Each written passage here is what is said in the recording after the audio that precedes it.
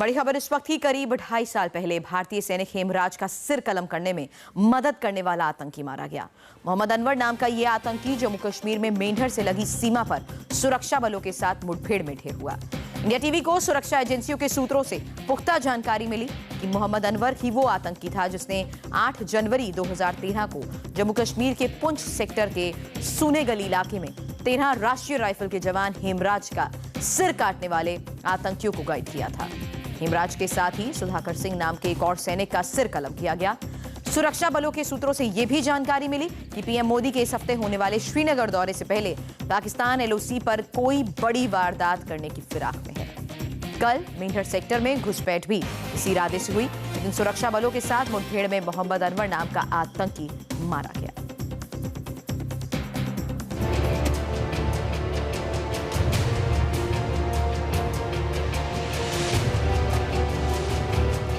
ये चेहरा आपको जरूर याद होगा।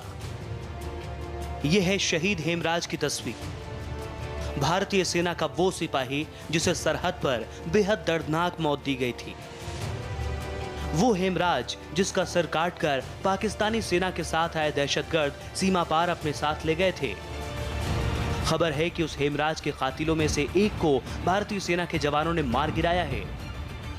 यह है उस आतंकवादी की तस्वीर जो आतंकियों के उसी ग्रुप का हिस्सा था जिसने पाकिस्तान के सेना के साथ मिलकर 8 जनवरी साल 2013 में 2 भारतीय जवानों हेमराज और सुधाकर की बेरहमी से हत्या कर दी थी।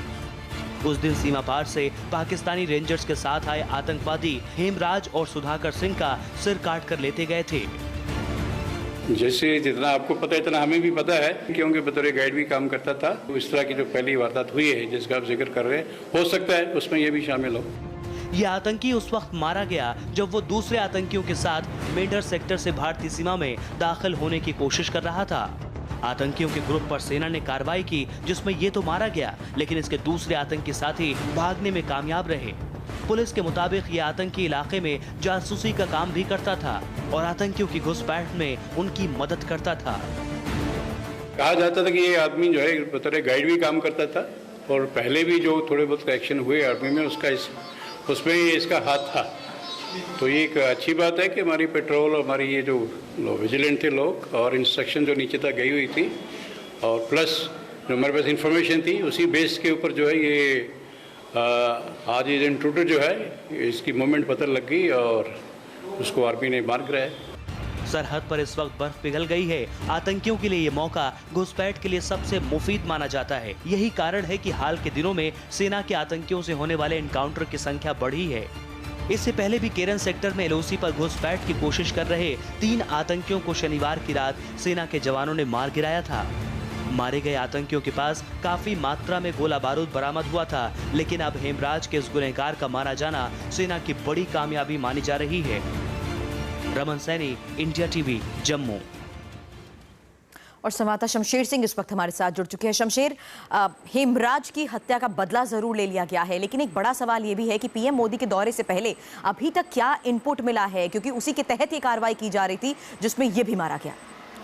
देखिए, जो आतंकवादी मारा गया है उसके बारे में बस यही कहिए कि इसे रेकी मास्टर कहा जाता था। यानी जितने भी घुसपैठ होते थे वहां पर, जितने भी हमले होते थे, खास करके सेना पर हमले जो लगातार पिछले कुछ महीनों में आप देख रहे हैं या पिछले कुछ दिनों में भी जो घुसपैठ की कोशिश हो रही है, तो पूरी जानकारी से लेकर पूरे रास्ते की जानकारी इसके पास होती थी और घुसपैठ कराने से लेकर तमाम चीजें रेकी यही क्या करता था, टीम को यही गाइड किया करता था। जो स्पेशल टीम होती थी लश्कर और हिजबुल के आतंकवादियों की, उसे लेकर सीमा पार करवाना, इसके बाद पॉसिबल टारगेट्स जो होते थे वहां तक ले जाना, ये सारी जिम्मेदारी यही होती थी। यहां एक चीज और बताना चाहूंगा, हेमराज की अगर बात हो रही है तो हेमराज की जो टीम थी उसमें भी रेकी इसी ने किया था, यही मुखबिर था। और जब हेमराज का सर काट कर ले जाया पाकिस्तान ले गया था तो उस समय भी इसे 12,000 रुपये आईएसआई की तरफ से इनाम के तौर पर दिए गए और बाद में फिर 50,000 रुपये इनाम के तौर पर दिए गए थे आईएसआई की तरफ से। यानी कि कितनी बड़ी सफलता है सेना के लिए, इसका अंदाजा आप लगा सकती हैं। तो लगातार पिछले कुछ दिनों से घुसपैठ की कोशिश हो रही है और खास करके तब